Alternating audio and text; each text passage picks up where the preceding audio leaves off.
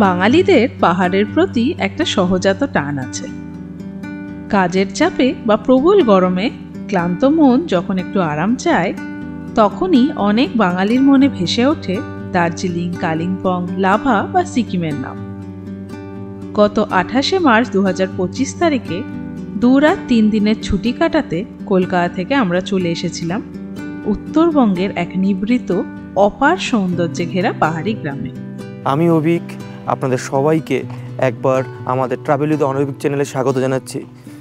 আমরা আছি নর্থ বেঙ্গলের একটা অফবিট জায়গা পানবু। যারা আগের এপিসোড দেখেছেন তারা জানেন আমরা কলকাতা থেকে কালকের বিকেলে বেরোই, বিকেল তো নয় অ্যাকচুয়ালি সন্ধ্যেবেলা বেরোই, দিয়ে আজকেই সকালে আমরা এসে পৌঁছাই পানবু, একটা কালিম্পংয়ের কাছে অবস্থিত একটা দুর্দান্ত শান্ত একটা জায়গা। আর পানবুতে এসে আমরা রেস্ট নিই।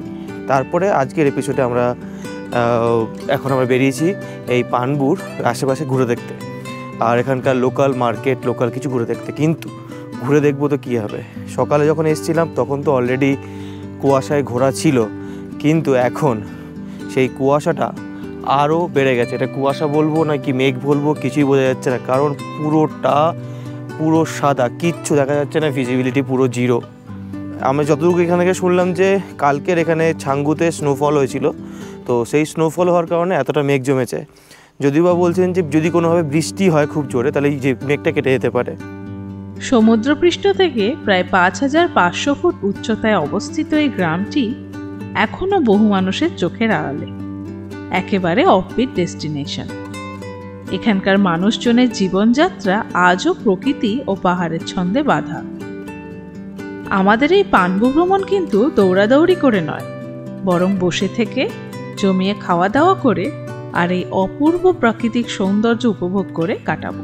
এই পানবুতে তেমন কিছু দেখার মতো তো নেই, আছে একটা দুটো স্পটের মধ্যে, যেমন আছে এই সামনেই আছে পানবুদারা ভিউ পয়েন্ট, যেটা আমাদের পানবু ভিউ পয়েন্ট হোমস্টে, আর তার ঠিক উল্টো দিকেই, জাস্ট উল্টো দিকেই আছে ওই ভিউ পয়েন্টটা। আর ছোট্ট একটা শিব মন্দির, সবই দেখাবো। আর এখানে আর একটা স্পট, একটা তো না দুটো স্পট আছে। একটা হচ্ছে আমাদের এই হোমস্টের সামনেই আছে সানসেট পয়েন্ট, আর এই দিকে একটা আছে সানরাইজ পয়েন্ট। সেটা সানরাইজ পয়েন্টে যেতে গেলে অনেকটা ট্রেকিং করে উঠতে, মোটামুটি এখান থেকে হেঁটে যদি লাগে 30-40 মিনিট হাঁটতে হবে, তারপরে গিয়ে পৌঁছাবো সানরাইজ পয়েন্টে। ওটা আমার যাওয়ার খুব ইচ্ছা আছে কাল সকালে, কিন্তু যদি এইরকম একটা ওয়েদার থাকে, চারদিকে দেখুন অবস্থাটা একবার, যদি এরকম ওয়েদার থাকে তাহলে গিয়ে কোনো লাভ নেই, কারণ সান তো দেখতে পাবো না, সান না দেখতে পেলে তার রাইজ কি দেখবো। যাই হোক, আপাতত ভিউ পয়েন্টে যাচ্ছি। ভিউ পয়েন্টের দিকে গেলেও আমি জানি ভিউ পয়েন্টে ঢুকবো না এখন, কারণ ভিউ পয়েন্টে ঢুকেও সেই কোনো লাভ হবে না, কারণ ভিউ পয়েন্ট থেকে কোনো ভিউ পাবো না, তাই তো। ভিউ পয়েন্ট থেকে জেনারেলি আমি যতটুকু জানি এখান থেকে তিস্তার একটা সুন্দর ভিউ পাওয়া যায়, আর করোনেশন ব্রিজের সুন্দর ভিউ পাওয়া যায়। আমার দেখার খুব ইচ্ছে ছিল ওটা, কাল সকালে যদি ক্লিয়ার হয়ে যায় তাহলে একবার আমি অবশ্যই একবার ট্রাই করব। কিন্তু যাওয়ার আগে এই যেতে যেতে দেখা হয়ে গেছে শিব মন্দির। এই হচ্ছে সেই শিব মন্দির। পানবুদারা ভিউ পয়েন্টের একদম কাছে অবস্থিত এই শিব মন্দিরটি কালিম্পং জেলার একটি শান্ত ও সৌন্দর্যমণ্ডিত স্থান।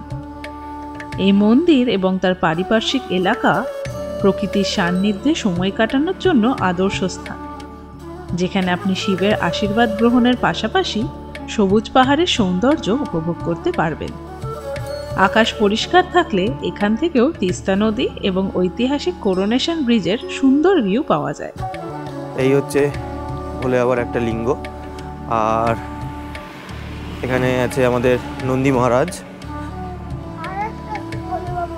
এখানেও আছে আর একটা ভোলে বাবার লিঙ্গ। এখানে আবার বসার বেঞ্চও করে দেওয়া আছে, মানে আপনি যদি মন্দিরে এসে পুজো দেওয়া নয়, এখানে এসে চাইলে আপনারা বসে সময়ও কাটাতে পারবেন।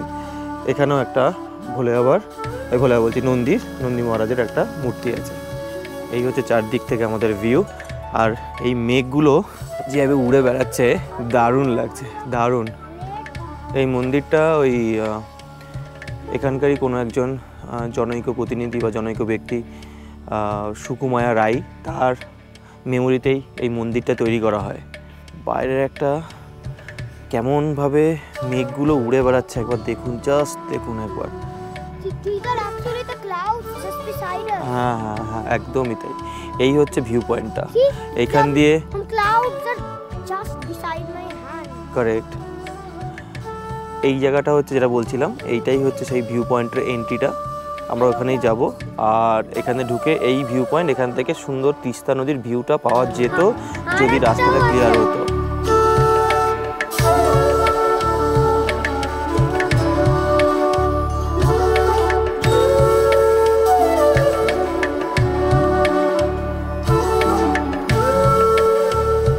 মন্দিরে একটু বসলাম, উপর থেকে চারদিকের মেঘে ঢাকা ভিউটাকে এনজয় করলাম, করে এবারে মন্দির থেকে বেরিয়ে যাচ্ছি মার্কেটের দিকে, মানে ওই ভিউ পয়েন্টের দিকেই। দেখি আমাদের পুচকুর আবার একটু মোমো খাওয়ার ইচ্ছা হয়েছে। মোমো আমাদের জেনারেলি আমাদের এতদিন যেখানে যেখানে গেছি এই পাহাড়ি এলাকায়, যখনই হোটেলে টোটেলে কী হয় টুকটাক মোমো বানিয়ে দেয়। আমি শিটংয়েও গেছিলাম যখন, এবার চলে যাবো পাশে। তো আমরা যখন শিটংয়েও গেছিলাম, এই শিটংয়ে অবশ্য যাওয়ার ভিডিও আমার এখানে নেই, চ্যানেলে নেই, তখন আমি ভিডিও করতাম না। যাই হোক, শিটংয়ে যখন গেছিলাম ওখানে ওই হোমস্টেতে যেটা ছিলাম ওখানে বানিয়ে দিয়েছিল আমাদের মোমো, কিন্তু এখানে শুনলাম যে এটা মোমো বানায় না। কিন্তু এই মার্কেটটা আছে সামনে, এই যে এখানে লাইনে পুরো দোকান সাজিয়ে রাখা আছে, তো এই মার্কেটগুলোতে মোমো বানায়, কিন্তু সেটাও আবার সব সময়ের জন্য নয়। ওই বিকেল 5টা সাড়ে 5টার পর কিন্তু বন্ধ হয়ে যায় পুরো দোকানপাট সব কিছু। এখন বাজে কটা? এখন ঘড়িতে বাজে পাক্কা 4:30। মানে বাইরের কন্ডিশনটা একবার দেখুন, পুরো পুরো অন্ধকারের মতো। এখন হয়তো দেখে মনে হবে 5:30 6টা মতোই বাজে, তো বেশিক্ষণ সব খোলা থাকবে বলে মনে হয় না।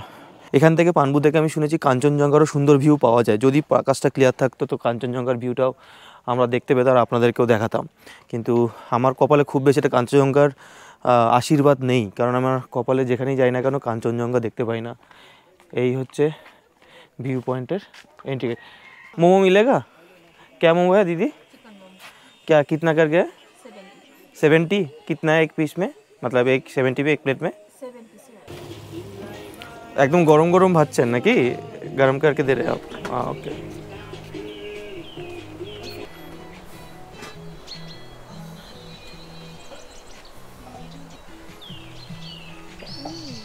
ডিপ কর সসে ভালো খেতে। আমরা মোমো খাচ্ছি, এনজয় করছি এত সুন্দর একটা পরিবেশে। এই হচ্ছে এক প্লেট মোমো। আমি বেশি খাবো না, ও পুচকাটাই খাওয়ার বেশি ইচ্ছা করছিল। দেখি আমি একটা ট্রাই করি বাবা, দেখি তো একটা। Just like my home. তাই পাহাড়ে এসে একটু মোমোটাই করতেই হয়, বলে মনে হয় না পাহাড়ে এসেছি। এখানে বসে সবাই আড্ডা মারছে, খুব বেশি দোকান নেই, হার্ডলি 1 2 3 4 5টা মতো দোকান আছে, 5-6টা মতো দোকান আছে। ও এখানে আবার একটা বড় রেস্টুরেন্ট আছে।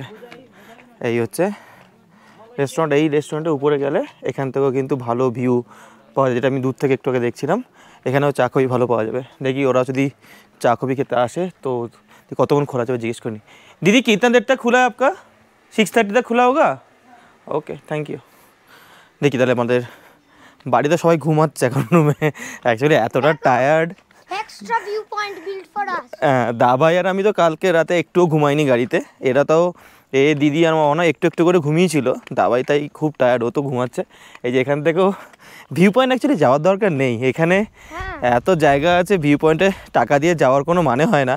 এই দেখুন এই একটা পয়েন্টে এসেছি যেখান থেকে আমি জানি না এখন গোপ্রোতে বোঝা যাবে কি না। এই জায়গা দেখুন কি সুন্দর রাস্তাটা দেখা যাচ্ছে, ভ্যালিটা। আর এই দিকটা পুরোটা হচ্ছে ভ্যালি, এখন ক্লিয়ার নয়, দেখা যাচ্ছে না, আমিও নিজেও দেখতে পাচ্ছি না, গোপ্রোতে তো অবশ্যই দেখা যাবে না। এই দিকটা পুরোটা হচ্ছে valley. On the valley there is the Teesta. Yes, Teesta নদী দেখতে পেতাম, এখন কিচ্ছু নেই। এবারে আমি এখান থেকে আমরা দুজনে ব্যাক করব আমাদের হোটেলে না হোমস্টেতে ব্যাক করব। কিন্তু হোমস্টেতে ব্যাক করার আগে একটা জল নেবো, একটা জল ক্যারি করব। আর আমাদের হোমস্টে থেকে অ্যাকচুয়ালি এত সুন্দর ভিউ আছে, এত সুন্দর ভিউ দেখা যায় হোমস্টে থেকে, আর অন্য কোনো জায়গায় টাইম কাটানোর দরকার পড়বে না। এই আমার পেছনে এখানে দেখুন কত সুন্দর, এখানে একটা ওয়েস্টেজ মতো করে দেওয়া আছে, প্লাস্টিক লেখা আছে দেখুন, যার পথে পড়লো আ step toward zero West village under স্বচ্ছ ভারত মিশন PH2। এদিকে লেফট রাইটে আছে প্লাস্টিক ওয়েস্টগুলো, আর এদিকে বোতল ওয়েস্টগুলো। মানে আপনারা যদি এখানে আসছেন, এদের কী সুন্দর সিস্টেম করে রেখেছে। আমাদের উচিত এখানে যারা আসছি ঘুরতে এগুলোকে মেনটেন করা, বোতলগুলো এদিক ওদিক না ফেলে এই জায়গাটা রাখা। আর এখানে ওই 20 টাকার যে আমরা নর্মাল বিসলেরির বোতলগুলো খাই 1 লিটারের, ওটাই 25 টাকা করে নিচ্ছে, নেওয়াটা স্বাভাবিক। ওরা তো আর এখান থেকে আনছে না, অনেক দূর থেকে আনছে। এটা আমি জানতাম একটু বেশি করে নেবেই, এটা স্বাভাবিক ছিল। প্রকৃতিকে ভালোবাসা মানে নিজেকেই একটু বেশি ভালোবাসা। উচ্চতা শুধু শরীর নয়, মনকেও শুদ্ধ করে। বাঙালি ঘুরতে যায় শুধু ঘোরার জন্য নয়, ঘুরতে যায় নিজেকে আবার খুঁজে পাওয়ার জন্য। এই মেঘে ঢাকা আকাশ ও ঘন কুয়াশার মাঝে আমরা রেখে গেলাম কিছু হাসি, কিছু শ্বাস আর একটা মন ভরা দিন। একদম প্রকৃতির কাছে অবস্থিত সুন্দর একটা জায়গা, দারুণ জায়গা। বাকিরা এখনও ঘুমাচ্ছে, সবাই উঠে গেছে প্রায়, এবারে এসে সব বসবে, এবারে একটু সবাই মিলে এখানে বসে আড্ডা হবে। ঘুম থেকে উঠেও চোখের ঘুম কাটেনি ভালোভাবে, তাই এবার সকলে মিলে হাজির হলাম 1 কাপ চা আর জমিয়ে আড্ডা দিতে। দুপুরবেলা অনেকক্ষণ দারুণ রেস্ট নিয়ে সমস্ত ক্লান্তি কাটিয়ে এবার আমরা এই গ্রামটা একটু হেঁটে দেখতে বেরিয়েছি। অভিক্রা তো অলরেডি এখানটা ঘুরে গেছে, আমরা তখন ঘুমাচ্ছিলাম মনের সুখে, তো আবার ওকে জোর করে নিয়ে আসা হয়েছে। একা একা ঘুরে নিয়েছে কেন আমাদেরকে ছেড়ে, তো আবার নিয়ে আসা হয়েছে। এবং আমরা এখানে এই কাছেই জাস্ট 1 মিনিট হেঁটেই এই রেস্টুরেন্টটা আছে, যেখানে আমরা একটু চা খেতে এসেছি, চা আর কফি। যখন ভিউ কিছু পাবেন না তখন একটাই আশা, হোটেল থেকে বেরোন, ক্যাফেটেরিয়া আসুন, কফি খান, আবার বাড়ি যান। দ্যাটস ইট, আমরাও সেটা করছি। যাই হোক, দারুণ সময় কাটছে। বৃষ্টি না হলে কিন্তু এই মেঘলাগুলো ফাঁকা হবে না, বৃষ্টি হওয়ার চান্স নেই। বিকেলের দিকে হালকা হালকা বৃষ্টি হচ্ছিল, ওই জায়গায় আমি বললাম না তোকে, আমি আওয়াজ পাচ্ছিলাম। আমার তো মনে হচ্ছে বৃষ্টি হবে, যেরকম মানে ইয়ে হয়ে আছে। বিকেলের দিকে ফোঁটা ফোঁটা করে কয়েকটা ফোঁটা করে আগে জায়গায় জোরে বৃষ্টি আসবে, তাহলে আকাশটা ফাঁকা হবে, কিন্তু সেটা হলো না। সন্ধ্যাবেলা তো আমাদের আবার বনফায়ারের প্ল্যান আছে, যদি বৃষ্টি হয় তাহলে তো হয়ে গেল। যেখানে প্রকৃতি আছে সেখানেই শান্তি লুকিয়ে থাকে। কথায় আছে, every walk in nature is a silent prayer of piece. চায়ের আড্ডা শেষ করে এবার সকলে মিলে উল্টো দৌড় দিয়ে চলে এলাম হোমস্টে।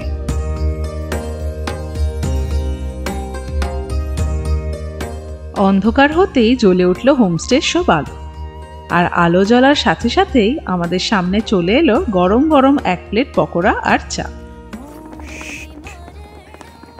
কুকরি যাই হোক, আমাদের চলে এসছে সামনেই পকোড়া আর চা, তার থেকেও ইন্টারেস্টিং ওই পাশে। হ্যাঁ, আর জ্বলে গেছে এটা আমাদের বনফায়ার। একটু পরে আবার চিকেনও চলে এসছে, এখানে বারবিকিউ স্টার্ট হবে। দারুণ বানিয়েছে চাটা। আমরা দুধ চা খাচ্ছি, আর এর জন্য লিকার চা আসছে বানিয়ে দিচ্ছে। ভালো দিচ্ছে সার্ভিস, খারাপ দিচ্ছে না। এখানে হাওয়া দিচ্ছে এই আগুনটার জন্য, কি মাত্রা দেখ কি আর গরম না। ওখানে বস, ওখানে একদম হাওয়া যাচ্ছে না। ওই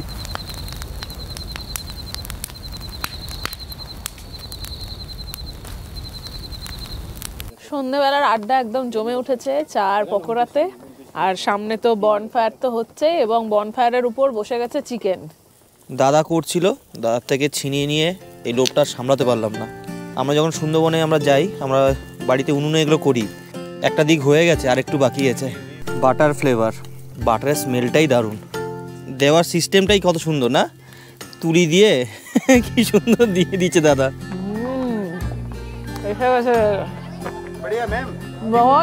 बहुत अच्छा बना है, बहुत अच्छा। আরে আমিও তো বানিয়েছি এটা, বাটার কে লাগালো? আমি লাগিয়েছি। বন্দল দা বহুত আচ্ছা বানায়, থ্যাংক ইউ। এখানকার মানুষজন অত্যন্ত অতিথিপরায়ণ। চা, পকোড়া আর চিকেন বারবিকিউ দিয়ে সন্ধেটা ভালোই কেটে গেল আমাদের।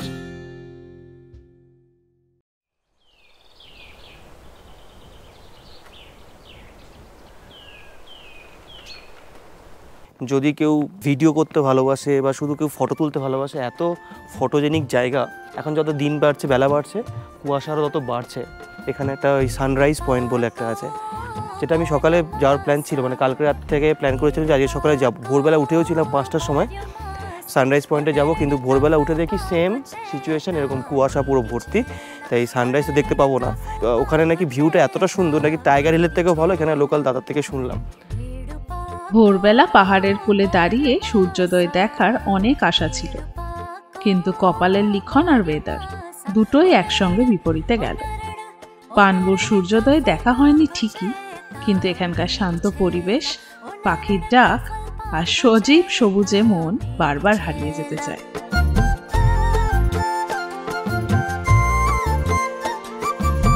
কাল রাতে ওরকম সুন্দর একটা সময় কাটানোর পর সবাই এত টায়ার্ড হয়ে গেছিলাম, আর বেশিক্ষণ আর জেগে থাকতে পারিনি, ঘুমিয়ে গেছিলাম সবাই মিলে।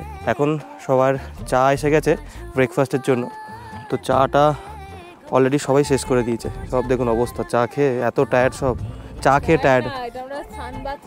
ও সানবাত নিচ্ছে সব। ব্যর্থতা মানে শেষ নয়, এটা শুধু শুরুতে একটু হোঁচট খাওয়া। উঠে দাঁড়াও, আবার শুরু করো। গতকাল ঘন কুয়াশার জন্য দেখা হয়নি ভিউ পয়েন্টটা, তাই আজ আর দেরি না করে ব্রেকফাস্ট সেরে হাঁটতে হাঁটতে রওনা দিলাম পানবুর ভিউ পয়েন্টের দিকে।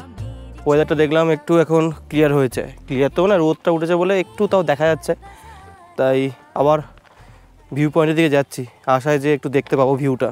এসছি যখন আর কি শেষ চেষ্টা করে দেখবো একবার, দেখা যাক কি দেখা যায়। চলে এসছি ভিউ পয়েন্টের ভেতরে, যেটা কিন্তু বেশ বড় সড়ো একটা ভিউ পয়েন্ট, মানে এরকম একটা হাঁটার আমি দেখিয়ে দিচ্ছি। এইদিকে এরকম পুরো হাঁটার স্পেস আছে, পুরো এরকম হেঁটে এখানে একটা ছাউনি মতো আছে, যেখানে গিয়ে আপনারা রেস্ট নিতে পারেন, বসতে পারবেন। শুধু এদিকে নয়, উল্টো দিকে আমরা এসেছিলাম, এই দিক দিয়ে এন্ট্রি করেছিলাম। এখানে একটা ভিউ পয়েন্ট মতো জায়গায় দাঁড়িয়ে ছবি টবি তুলতে পারবেন, দেখতে পারবেন। আর হেঁটে আরও ওই দূর অবধি যাওয়া যাচ্ছে, মানে ওইখানে একটা পয়েন্ট করে মতো করে দেওয়া আছে ওই জায়গাটা, যেখানেও শেড আছে, তো ওখানে দাঁড়িয়েও ছবি তুলতে পারবেন। মানে অনেক লোক আসতে পারবেন, একসাথে ছবি টবি তুললে মজা করতে পারবেন। এখন আমাদের কপালটাই খারাপ অ্যাকচুয়ালি, তাই জন্য ভিউটা পাচ্ছি না। দেখ, যেটা বলে দিই, এখানে 20 টাকা লাগলো এন্ট্রি ফি, আমার লাগলো, ওর কিন্তু কোনো এন্ট্রি ফি লাগলো না, বাচ্চার জন্য কোনো চার্জ লাগলো না। আর আমার কিন্তু গোপ্রো বলুন, ক্যামেরা বলুন, কোনো কিছুর এক্সট্রা কোনো চার্জ দিতে হচ্ছে না। বেশ ভালো, সুন্দর হাওয়া দিচ্ছে, বেশ সুন্দর জায়গাটা, ভিউ পয়েন্টটা খুব সুন্দর।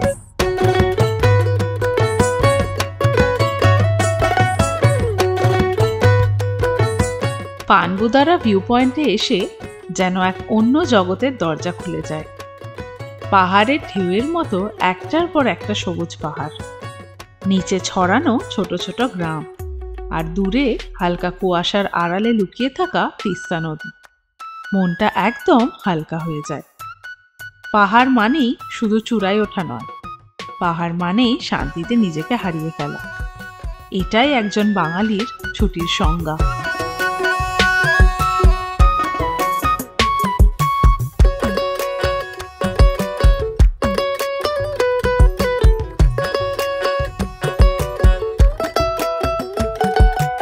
এই ছিল আমাদের ভিউ পয়েন্টে কাটানো সুন্দর কিছু মুহূর্ত, যেটা আপনাদের সাথে শেয়ার করলাম।